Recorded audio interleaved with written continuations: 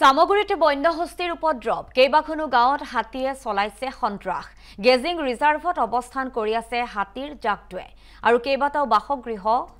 ভাঙি তহিলং কৰিছে বন্যহস্তীৰ জাকে হাতীৰ সন্ত্ৰাসত উজাগৰি নিখা কটাব লগা হৈছে শতাধিক পৰিয়ালে আমি সামগুৰিৰ পৰা দৃশ্যাংশ দেখুৱাইছো এনেদৰে খাদ্যৰ সন্ধানত অহা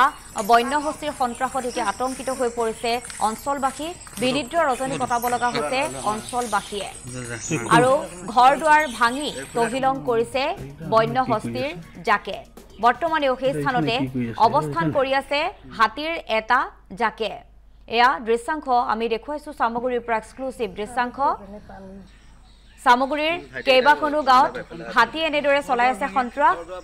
গেজিং ৰিজাৰ্ভতে অৱস্থান কৰি আছে হাতীৰ জাকটোৱে এই সন্দৰ্ভত আমাৰ সতীৰ্থ সামগুৰিৰ পৰা আমাৰ সতীৰ্থ অভিজিত বৰাৰ এক প্ৰতিবেদন আছে আগবঢ়াইছো হয় নিশ্চয়কৈ আমি ইতিমধ্যে কৈ আছো যে সামগুৰিত দিনক দিনে বৃদ্ধি পাইছে বন্যহস্তীৰ উপদ্ৰৱ আৰু এই মুহূৰ্তত মই যেহেতু গেন্ধালিত উপস্থিত আছো গেন্ধালিৰ পৰিৱেশ এই মুহূৰ্তত দেখুৱাম মোৰ কেমেৰাত দেখুৱাব বিচাৰিছোঁ প্ৰায় 100 মিটাৰ নিলগত ইয়াত প্ৰায় 4টাকৈ বন্যহস্তীয়ে ইতিমধ্যে অৱস্থান কৰিছে আৰু এই বন্যহস্তি কেইটাই ক'ব লাগিব যে দিনক দিনে যি উপদ্ৰৱ ইতিমধ্যে চলাই আছে দিনৰ ভাগতে এনেদৰে বন্যহস্তীয়ে মুকলিভাৱে এনেদৰে দেখিবলৈ পোৱা গৈছে যে উপদ্ৰৱ চলাই আৰু ইয়াৰ স্থানীয় ৰাইজৰ যথেষ্ট ক্ষয়ক্ষতি কৰিছে বন্যহস্তি কেইটাই অকল এতিয়াই নহয় পূৰ্ব কেইবা বছৰ ধৰি এই বন্যহস্তিসমূহে সামগুৰিৰ বিভিন্ন অঞ্চলত বন্যহস্তিৰ উপদ্ৰৱ চলাইছে কেইবা ঘৰত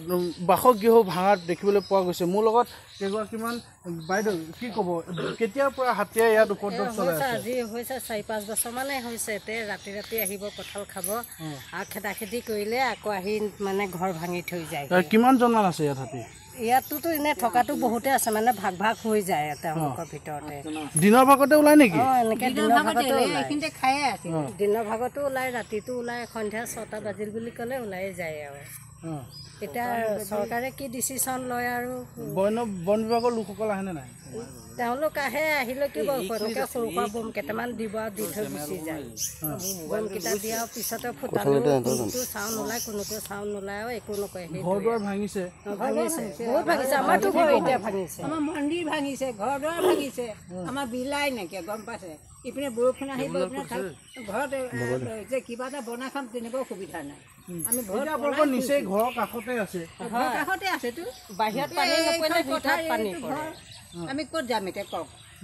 কাৰ ঘৰত থাকিম নিশা শুব ৰাতি বহি থাকোঁ আমাৰ ঘৰত মতা মানুহ নাই ল'ৰা এটা নাতি পোৱালি এটা আছে বাহিৰত থাকে ঘৰ ভাঙিছে ঘৰ ভাঙি থৈছে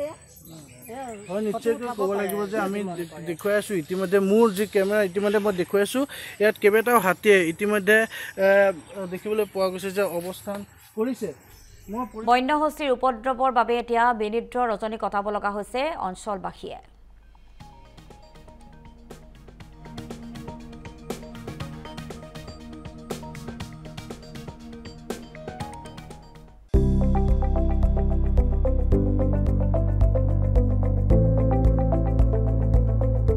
NB নিউজ সহজ সৰল ভাষাত নৱভাৰতৰ কথা